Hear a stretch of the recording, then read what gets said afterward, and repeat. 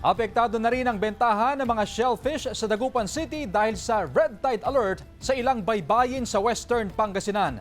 Balitang tinutukan ni Jasmine Gabriel Galban.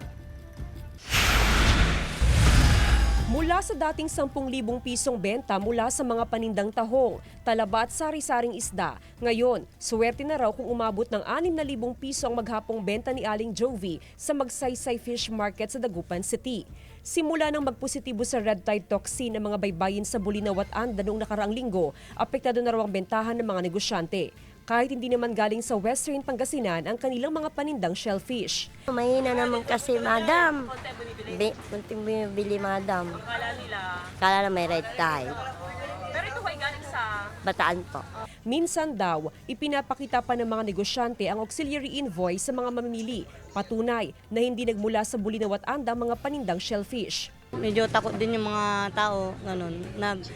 Nagsisecure din sila, ma'am. Pero may papel po yan, ma'am, eh. Bago nila ipasok po dito, may pinapakita pong papel na sa Bataan po. Tiniyak ng lokal na pamahalaan na ligtas kainin ang mga ibinibentang shellfish sa Magsaysay Fish Market.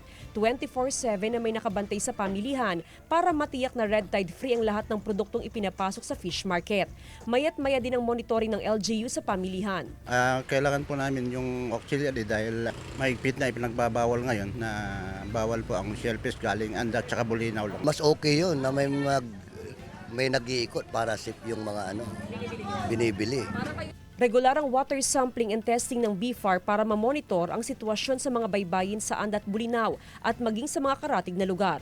Bago po maliit ang ating advisory, dapat po magkaroon ng 3 consecutive na negative results ang ating mga shellfish para matanggal po yung advisory. Kasama si Jing Dakanay, Jasmine Gabriel Galban, One North Central Luzon.